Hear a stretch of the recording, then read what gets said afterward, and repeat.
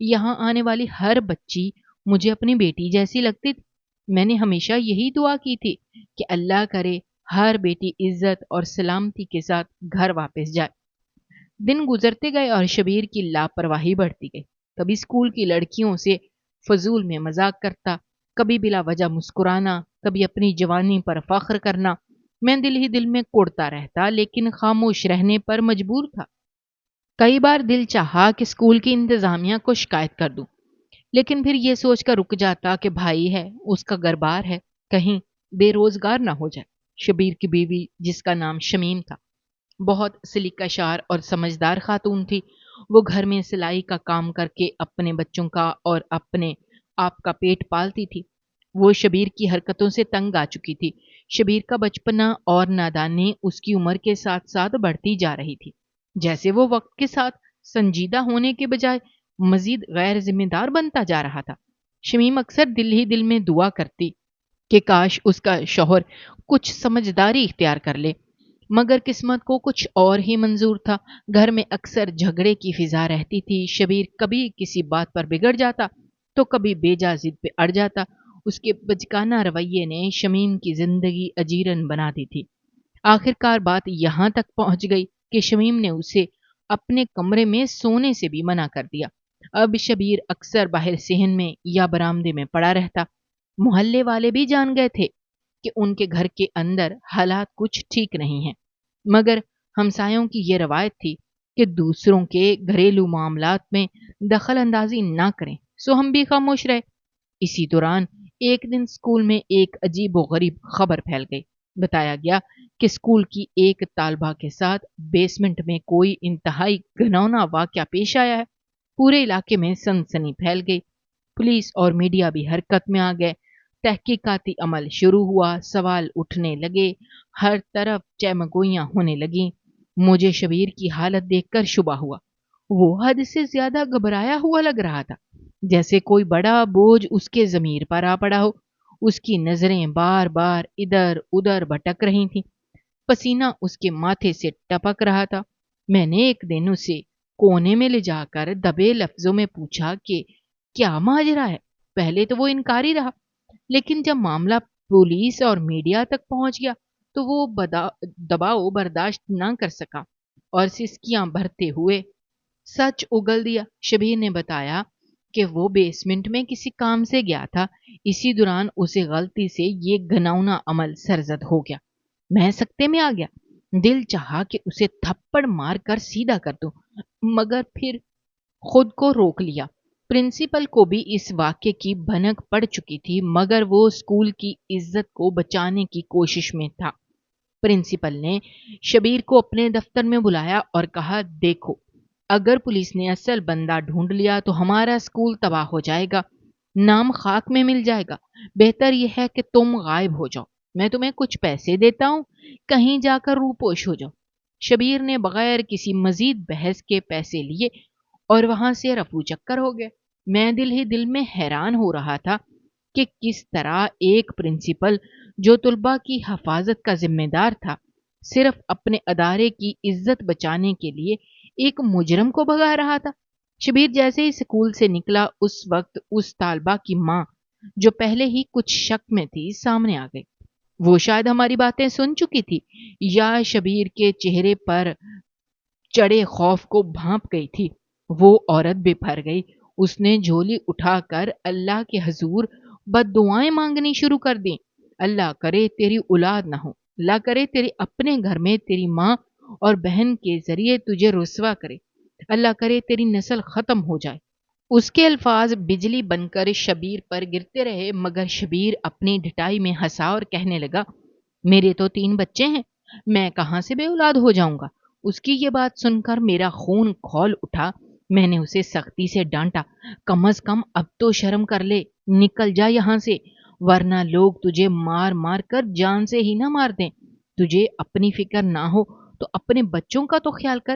شبیر نے کوئی جواب نہ دیا، سر جھکایا اور تیزی سے وہاں سے نکل گیا۔ میں گھر واپس آیا تو دل بوجھل تھا۔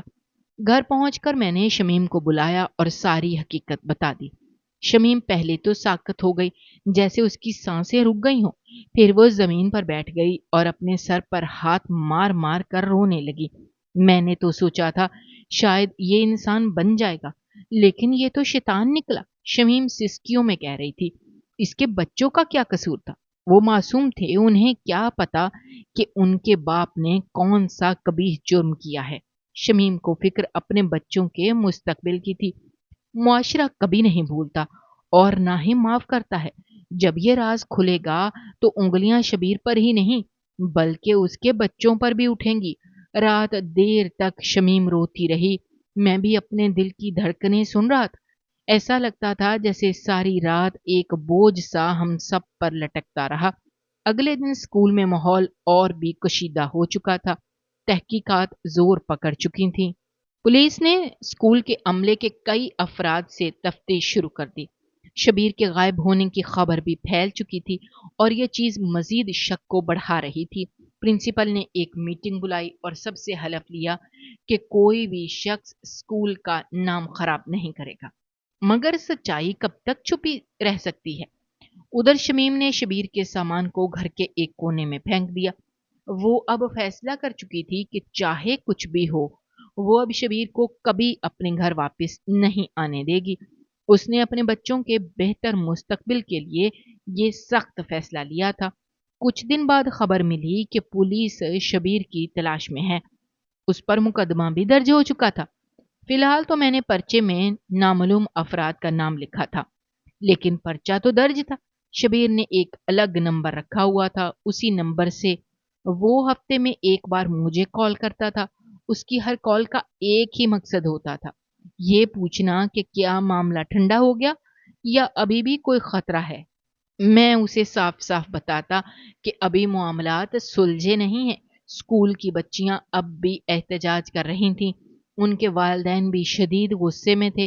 جگہ جگہ بات ہو رہی تھی کہ اسکول کا ماحول غیر محفوظ ہے۔ میڈیا نے بھی خبروں کو مسلسل زندہ رکھا ہوا تھا۔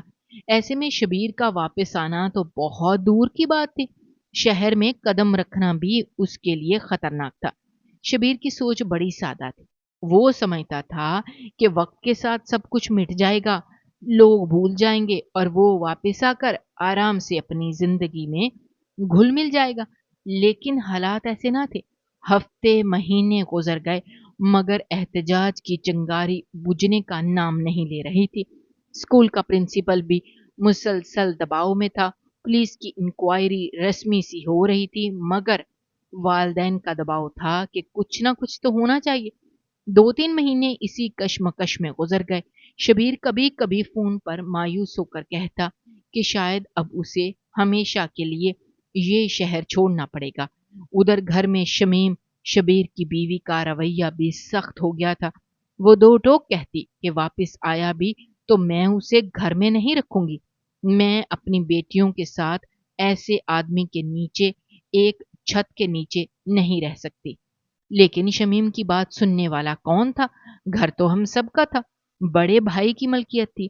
سب جانتے تھے کہ آخر کار شمیم کو ہی سمجھوتا کرنا پڑے گا۔ عورت ذات تھی، کب تک تنی رہتی؟ پھر ایک دن بڑا دل دہلا دینے والا واقعہ ہوا۔ جس لڑکی کے ساتھ اسکول کے بیسمنٹ میں وہ سب کچھ ہوا تھا، جس نے پوری کہانی کو جنم دیا تھا، اس نے اپنی زندگی خود ہی ختم کر لی۔ اس کی جب لاش ملی تو پورے شہر میں کوہرام مچ گیا۔ والدین غم سے نڈھال ہو گئے، لوگوں نے پھر سے احتجاج شروع کر دیا مگر اس بار غصے میں کم اور افسوس میں زیادہ ڈوبے ہوئے تھے۔ لیکن جیسے جیسے دن گزرتے گئے کیس بھی دم توڑنے لگا۔ وہ لڑکی جس کے لیے سب لڑ رہے تھے وہ اب دنیا میں نہیں رہی تھی۔ مدعی اگر خود نہ ہو تو انصاف کا راستہ مزید کٹھن ہو جاتا ہے۔ پولیس نے رسمی کارروائی کی، چند لوگوں سے سوال جواب کیے، چند رپورٹس بنائیں اور پھر معاملہ دبا دیا۔ فائل کسی دفتر کے کونے میں گرد میں اٹ گئی۔ پورے 6-7 مہینے لگے اس کہانی کو دبنے میں۔ جب حالات مکمل طور پر ٹھنڈے پڑ گئے تب شبیر نے واپس آنے کا ارادہ کیا۔ ایک رات اچانک شبیر گھر لوٹ آیا، نہ کسی کو اطلاع دی، نہ اجازت لی، بس بیگ اٹھائے آ گیا۔ اس کی شکل دیکھنے والی تھی، تھکا ہارا بکھرا ہوا اور خوف زدہ سا، لیکن اندر ہی اندر جیت کا احساس بھی تھا کہ سب کچھ ٹل گیا ہے اور اب وہ اپنی پرانی زندگی میں لوٹ سکتا ہے۔ اسکول والوں نے اسے دوبارہ نوکری دینے سے انکار کر دیا تھا۔ پرنسپل نے صاف کہہ دیا تھا کہ اگر شبیر کو اسکول میں دیکھا گیا تو وہ خود پولیس کو اطلاع دے گا۔ اس لیے شبیر نے اب نیا کام شروع کر دیا، چھوٹے موٹے پیکج ڈلیوری کا کام کرنے لگا۔ دن بھر شہر میں بائک پر گھومتا اور شام کو واپس آتا۔ شمیم نے اس دن خوب ہنگامہ کیا، چیخ چیخ کر کہا کہ میں ایسے آدمی کے ساتھ نہیں رہ سکتی۔ تمہاری حرکتوں کی وجہ سے ہمارا سر شرم سے جھک گیا ہے۔ تمہاری اپنی دو بیٹیاں ہیں، کیا تم نے کبھی ان کے بارے میں نہیں سوچا؟ آج تمہارے اعمال کا بوجھ ان پر پڑے گا۔ لیکن شبیر کب ماننے والا تھا؟ اسے تو اپنے مرد ہونے کا زوم تھا۔ چند سخت الفاظوں کے بعد ہاتھ بھی اٹھا بیٹھا، شمیم کو دو چار تھپڑ مار کر خاموش کروا دیا۔ بیچاری روتی رہی، سسکتی رہی، لیکن کر بھی کیا سکتی تھی؟ زندگی کی مجبوریوں نے اسے پھر سے سلائی مشین کے پاس لا بٹھایا۔ روزگار کی دوڑ میں وہ دوبارہ سے مصروف ہو گئی۔ شبیر بھی اپنے کام میں لگ گیا، بچیاں بھی چپ چاپ اسکول جانے لگیں۔ ایسا لگنے لگا جیسے سب کچھ معمول پر واپس آ گیا، لیکن اندر ہی اندر کچھ ٹوٹ چکا تھا۔ شمیم کا دل، شبیر کی بیٹیاں، پورے گھر کی فضا، سب کچھ بدل گیا تھا۔ کوئی ہنستا نہیں تھا، سب خاموش رہتے تھے، جیسے ہر کوئی اپنے دل میں کوئی بوجھ اٹھائے پھر رہا ہو۔ ہمیں لگا شاید اب کہانی ختم ہو گئی ہے، مگر ہمیں یہ علم نہیں تھا کہ یہ محض تو طوفان سے پہلے کی خاموشی تھی۔ اصل مصیبت تو ابھی آنی تھی، وہ مصیبت جس نے نہ صرف شبیر کو بلکہ ہم سب کو ہلا کر رکھ دینا تھا۔ ایک دن شبیر یوں ہی بیٹھے بیٹھے مجھ سے کہنے لگا، یار وہ عورت کیسے کہہ رہی تھی اللہ تجھے بے اولاد کر دے، میری تو پہلے سے اولادیں ہیں۔ اس کی آواز میں ایک عجیب سا طنز چھپا ہوا تھا، جیسے وہ خود کو کسی بڑی آفت سے بچا ہوا محسوس کر رہا ہو۔ میں نے تھوڑا سخت لہجے میں اس سے کہا، شبیر سچ بتا، تو نے یہ سب کچھ کیوں کیا تھا؟ کیا ضرورت تھی ان حرکتوں کی؟ شبیر نے ایک گہری سانس لی، کچھ لمحے چپ رہا، پھر ہلکی سی مسکراہٹ کے ساتھ بولا، یار وہ لڑکی مجھے اچھی لگتی تھی۔ پہلے تو وہ خود بھی میرے ساتھ ہنس ہنس کر باتیں کرتی تھی، ہر روز مجھ سے سموسے منگواتی، کبھی چپس کے بہانے، کبھی کولڈ ڈرنک کے۔ مجھے لگا کہ شاید وہ بھی میرے جذبات سمجھتی ہے۔ میں دل ہی دل میں کانپ گیا۔ شبیر جیسے لوگ ہر چیز کو اپنی انا کے آئینے میں دیکھتے ہیں، چاہے سامنے والا کتنا ہی معصوم کیوں نہ ہو۔ شبیر مزید بولا، جب میں نے اپنی محبت کا اظہار کیا تو وہ غصے میں آ گئی، جیسے میں نے کوئی گناہ کر دیا ہو۔ مجھے بھی طیش آ گیا، میں نے اسے ڈانٹ دیا۔ میں نے غصے سے کہا، شبیر مجھے تیری باتیں سن کر غصہ آ رہا ہے، اگر تیرے بچوں کا خیال نہ ہوتا تو میں خود پولیس کو اطلاع دے دیتا کہ تو کہاں چھپ کر بیٹھا ہے۔ یہ سنتے ہی شبیر حیرانی سے مجھے دیکھنے لگا۔ اس کی آنکھوں میں ایک پل کے لیے خوف سا جھلکا، لیکن اگلے ہی لمحے وہ خاموش ہو گیا۔ میں نے بھی بات ختم کر دی، میں جانتا تھا کہ اب بحث کرنے کا کوئی فائدہ نہیں، اپنی اپنی زندگیوں میں مصروف ہو گئے۔ میں نے سوچ لیا تھا کہ جتنا ممکن ہو شبیر سے دور رہوں گا، لیکن شبیر کے لیے وقت کے کٹہرے میں فیصلہ محفوظ تھا۔ مکہ فتح جیسا حساب اس کے پیچھے لگا ہوا تھا اور اسے اس کا احساس تک نہیں تھا۔ چند ہفتے بعد کی بات ہے، گرمیوں کی شدت اپنے عروج پر تھی، ہوا میں جیسے آگ بھری ہوئی تھی، پورا محلہ ابل رہا تھا، بجلی کے بغیر زندگی جیسے رک گئی ہو۔ شمیم نے تنگ آ کر کہا، شبیر بچوں کو نہر پر لے جاؤ، تھوڑا پانی میں کھیلیں گے تو سکون ملے گا، مگر خبردار ان کا خیال رکھنا۔ شبیر نے ہنکارا بھرا اور بچوں کو ساتھ لے کر قریب واقع نہر کی طرف چل دیا۔ بچے خوشی سے چہکتے جا رہے تھے، ان کے ننھے ہاتھوں میں چھوٹے چھوٹے تولیے، رنگ برنگی بالٹیاں اور پانی میں کھیلنے کے لیے چھوٹے کھلونے تھے۔ نہر پر پہنچ کر شبیر نے بچوں کو کھیلنے دیا، خود ایک قریبی درخت کے نیچے لیٹ گیا۔ گرمی اور تھکن نے اسے گہری نیند میں دھکیل دیا۔ اسے یہ ہوش بھی نہ رہا کہ بچے کہاں جا رہے ہیں، کیا کر رہے ہیں۔ بچے کھیلتے کھیلتے نہر کے کنارے سے تھوڑا آگے بڑھ گئے، پانی کی سطح پر بہتا ہوا سکون دھوکہ دے رہا تھا۔ اچانک کہیں اوپر سے پانی کا بہاؤ تیز ہو گیا، نہر کا پاٹ بپھرنے لگا، جیسے کوئی سویا ہوا دریا اچانک جاگ اٹھا ہو۔ تینوں بچے، شبیر کی 2 بیٹیاں اور ایک چھوٹا بیٹا، نہر کے پانی میں کھینچ لیے گئے۔ وہ چیخے چلائے مگر ان کی ننھی آوازیں نہر کے شور میں دب گئیں۔ کسی نے کچھ نہ سنا۔ شبیر بے خبر اپنے خوابوں میں ڈوبا سویا رہا۔ جب جاگا تو سورج ڈھلنے لگا۔ اس نے آنکھیں ملتے ہوئے ارد گرد دیکھا مگر بچے کہیں نہیں تھے۔ پہلے تو وہ ہنسا، چھپ گئے ہوں گے شرارتی کہیں کے، لیکن جب 5-10 منٹ گزر گئے اور بچوں کا کوئی پتہ نہ چلا تو اس کے دل میں ایک انجانا سا خوف جاگ اٹھا۔ وہ پاگلوں کی طرح چیخنا پکارنے لگا، عائشہ، نبیلہ، سہیب، کہاں ہو تم لوگ؟ آ جاؤ بابا کے پاس۔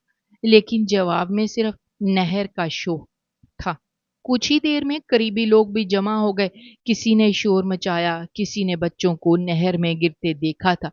یہ سننا تھا کہ شبیر کے پیروں تلے سے زمین نکل گئی۔ وہ پاگلوں کی طرح نہر میں کودنے لگا، ہاتھ پاؤں مارنے لگا، مگر بچے جیسے زمین نگل گئی ہو یا پانی پی گیا ہو۔ ریسکیو ٹیم کو بلایا گیا۔ کئی گھنٹے کی تلاش کے بعد صرف چند ننھے جوتے اور ایک بالٹی ملی۔ شبیر کے تینوں بچے بہہ گئے تھے اور کبھی واپس نہیں آئے۔ شمیم کو جب یہ خبر دی گئی تو وہ سن ہو کر بیٹھ گئی۔ چند لمحے تو اسے یقین ہی نہیں آیا، پھر جیسے اس کے اندر کوئی بند دروازہ ٹوٹا اور وہ بین کرتی ہوئی زمین پر گر پڑی۔ اس کی چیخیں محلے بھر میں گونجنے لگیں، ایسی دردناک چیخیں کہ سننے والوں کے کلیجے دہل گئے۔ شبیر سر پکڑ کر بیٹھ گیا۔ اس کا غرور، اس کی خود پسندی، اس کی مردانگی سب ٹوٹ کر بکھر گئے تھے۔ اس کے سامنے 3 معصوم چہرے بار بار لہراتے جو اب ہمیشہ کے لیے خاموش ہو چکے تھے۔ محلے کے لوگ جو کبھی اس سے دور ہو گئے تھے اب ترس کھا کر اکٹھے ہونے لگے، لیکن کوئی بھی لفظ، کوئی بھی تسلی اس کے زخم کو بھر نہیں سکتی تھی جو شبیر اور شمیم کے دل میں لگ چکا تھا۔ شمیم شبیر کو دیکھتے ہی پھٹ پڑی۔ میں نے کہا تھا بچوں کا خیال رکھنا، تم نے ان کی حفاظت نہیں کی، تم نے اپنی نیند کو ان سے زیادہ اہم سمجھا، خدا تمہیں معاف نہ کرے شبیر۔ شبیر خاموش رہا، کچھ کہنے کے قابل ہی نہیں تھا۔ اس کی زبان جیسے پتھر ہو گئی تھی۔ تدفین کے وقت شبیر کی حالت دیکھنے والی تھی۔ 3 ننھی قبریں، 3 ننھی جانیں، سب کچھ اس کے ہاتھوں سے نکل چکا تھا۔ وہ قبروں کے پاس بیٹھا، مٹی کو بار بار چھوتا، بلک بلک کر روتا، بابا کو معاف کر دو، بابا نے تمہیں کھو دیا۔ شمیم نے فیصلہ کر لیا کہ وہ اب اس کے ساتھ ایک پل بھی نہیں گزارے گی۔ وہ بچوں کے کپڑے، بچوں کے کھلونوں کو سینے سے لگا کر روتی رہتی۔ اس کا گھر جو کبھی کہکہوں سے گونجتا تھا اب ایک قبرستان بن چکا تھا۔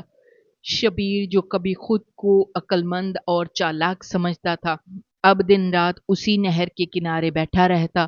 وہ دور پانی کو گھورتا رہتا جیسے پانی اس کے بچوں کو لوٹا دے گا۔ کبھی کبھی آسمان کی طرف دیکھ کر چیختا، یا اللہ میرا قصور کیا تھا، مجھے کیوں اتنی بڑی سزا ملی؟ لیکن کوئی جواب نہ آتا۔ وہ جانتا تھا کہ یہ سزا اسی کے اعمال کی تھی، اس کی غفلت، اس کی ہوس، اس کی بے پرواہی۔ سب نے مل کر اس سے اس کی دنیا چھین لی تھی۔ وقت گزرتا گیا مگر شبیر کی آنکھوں کا وہ خالی پن، شمیم کی ٹوٹی ہوئی ہنسی اور وہ خاموش قبریں ہمیشہ زندہ رہیں۔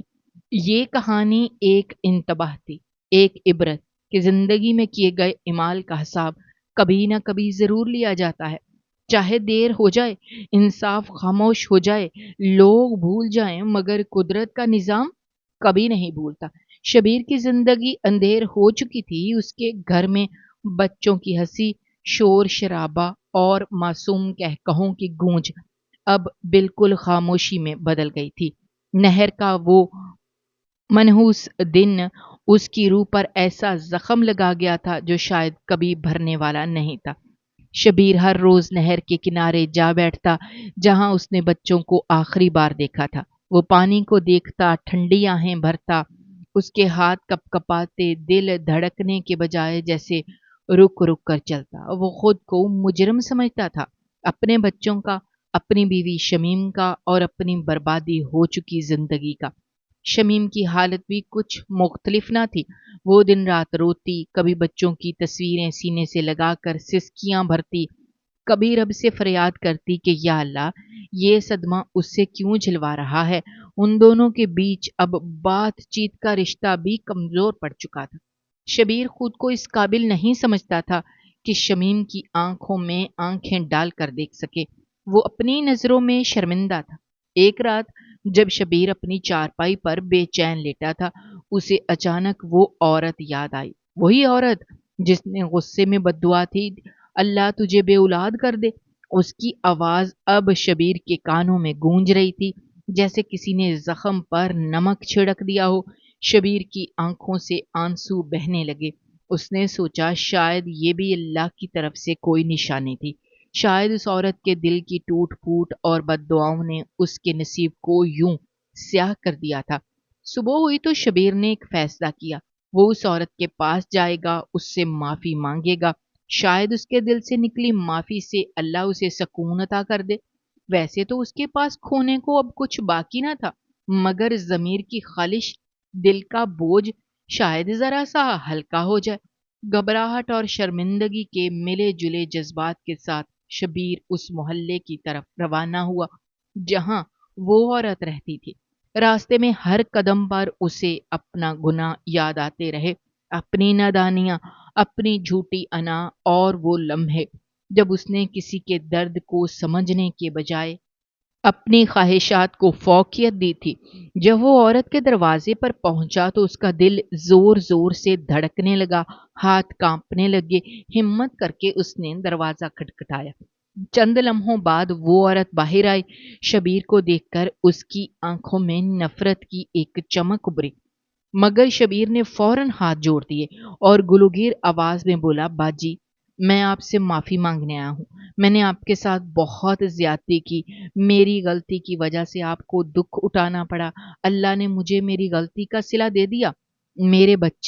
میرے تینوں بچے اب اس دنیا میں نہیں رہے۔ یہ سن کر اس عورت کے چہرے پر حیرت اور افسوس کی ملی جلی کیفیت چھا گئی۔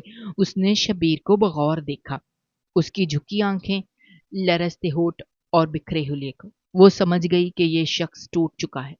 شبیر روتے ہوئے زمین پر بیٹھ گیا۔ باجی، میں جانتا ہوں میری معافی سے آپ کا درد کم نہیں ہو سکتا، لیکن میں اپنے رب سے بھی معافی مانگ رہا ہوں اور آپ سے بھی۔ میرے دل کا بوجھ بہت بڑھ گیا ہے۔ عورت کی آنکھوں میں بھی نمی آ گئی۔ اس نے شبیر کو اٹھنے کا اشارہ کیا۔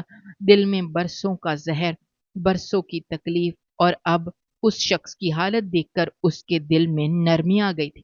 وہ بولی، شبیر، اللہ بڑا معاف کرنے والا ہے، میں نے تجھے دل سے معاف کیا، لیکن یاد رکھ، کسی کی عزت سے کھیلنے والے کو کبھی چین نصیب نہیں ہوتا۔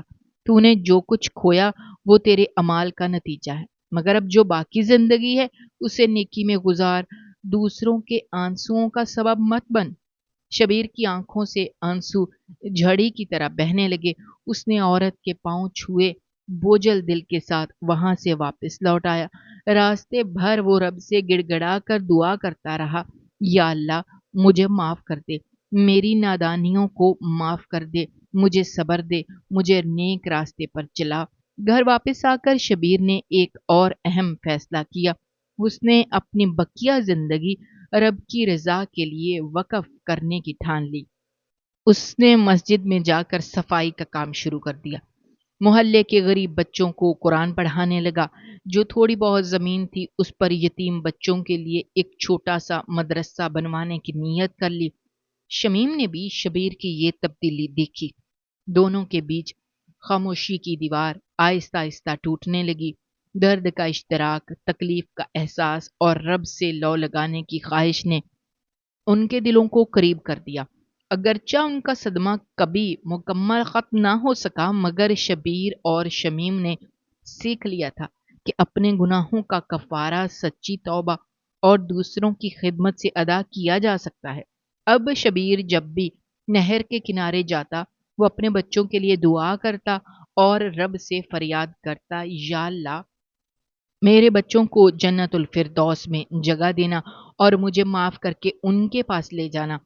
جب تیرا حکم ہو۔ زندگی نے شبیر کو سخت سبق دیا تھا، مگر اس سبق نے اس کی روح کو جلا بخشی اور اسے سچے معنی میں انسان بنا دیا۔